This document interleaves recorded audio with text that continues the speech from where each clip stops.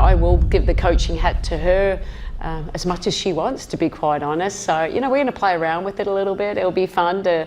I think you've seen it with the Fever. She's been very active on the sideline when she wasn't playing, so we'll utilise that as well.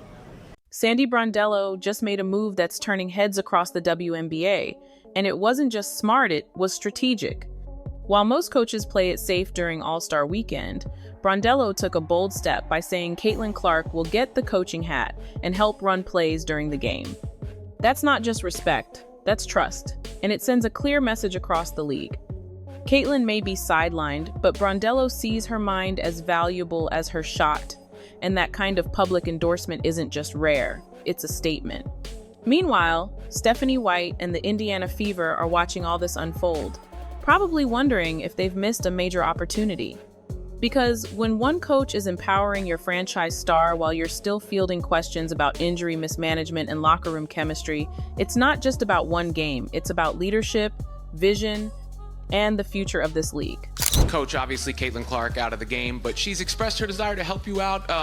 From the coaching perspective, have you gotten anything about maybe her traits as a coach? Yeah, not yet. No, obviously unfortunate about Caitlin's not into this game, but she's going to still have a great impact on this team. I will give the coaching hat to her as much as she wants, to be quite honest. So, we're going to play around with it a little bit. It'll be fun to... I think you've seen it with the Fever. She's been very active on the sideline when she wasn't playing, so we'll utilise that as well. Sandy Brondello didn't just compliment Caitlin Clark, she elevated her.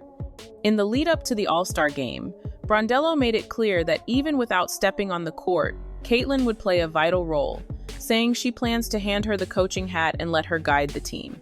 Think about that on a national stage. The coach of the New York Liberty is giving the league's most talked-about rookie a chance to help lead, live, during one of the biggest games of the season. That's not a throwaway gesture, it's a spotlight. And the subtext is loud.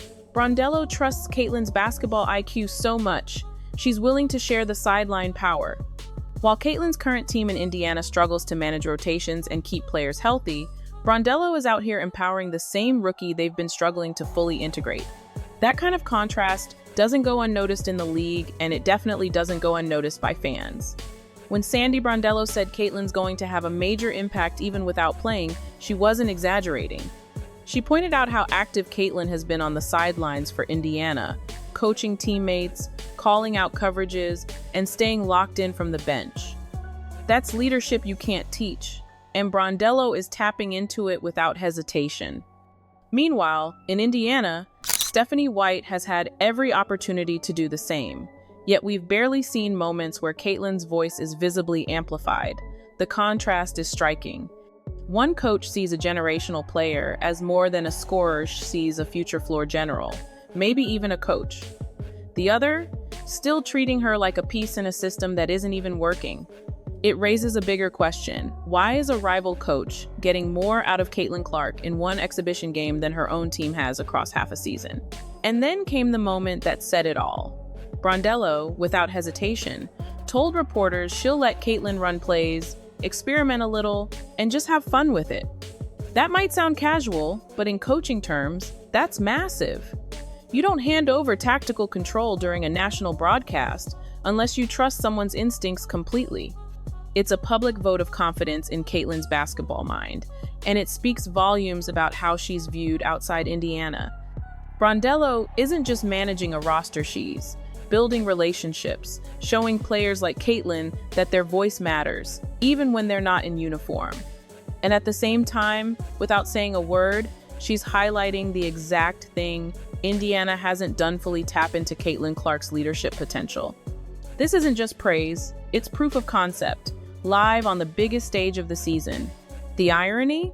While Brondello is openly showcasing Caitlin's leadership, Stephanie White is still under fire for questionable in-game decisions like putting injured players back on the court in blowouts or scrambling to explain medical updates after games.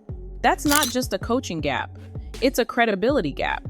And when you stack that against Brondello's cool, composed, and forward-thinking approach, it's clear which coach looks more in control. The optics are hard to ignore. One coach is elevating Caitlin even when she's sidelined. The other is struggling to build cohesion with her on the floor. And fans are noticing. Analysts are noticing. Even other players are noticing. The message is clear. Brondello respects Caitlin's mind just as much as her game. And that kind of respect is what keeps stars loyaler, makes them think twice about where they want to build their legacy. You can see the ripple effect already. Liberty players have been nothing but supportive. Sabrina Ionescu, Brianna Stewart, they've embraced Caitlin like she's already part of the family. At league events, on social media, during pressers, there's a mutual respect there that feels real. It's not forced, it's not PR, it's basketball minds recognizing one of their own. And now, with Brondello putting Caitlin in a position to lead during the All-Star game, it's like the Liberty organization is laying down a blueprint. This is what it looks like when a team values your voice, your leadership, and your future. Compare that to Indiana, where the chemistry has been hit or miss and the culture still feels in development. The Liberty are moving like a franchise that's not just planning for this season, they're quietly planting seeds for the next era. And Caitlin Clark might just be the centerpiece they're preparing for. Even Sandy's jokes carry weight. When she casually mentioned how excited she was to get traded as a coach so she could work with Caitlin, it wasn't just playful, it was revealing. Coaches don't throw those lines out unless there's real admiration behind them. And for a veteran like Brondello to publicly express that kind of excitement about working with a rookie, that's rare. It shows Caitlin's impact goes beyond stats. It's about her presence, her mindset, and the way she elevates everyone around her. The Liberty understand that. They're not just treating Caitlin like a rookie sensation, they're treating her like a future cornerstone of the league. And while Indiana still holds the official roster spot, it's clear which team is doing more to earn her long-term loyalty.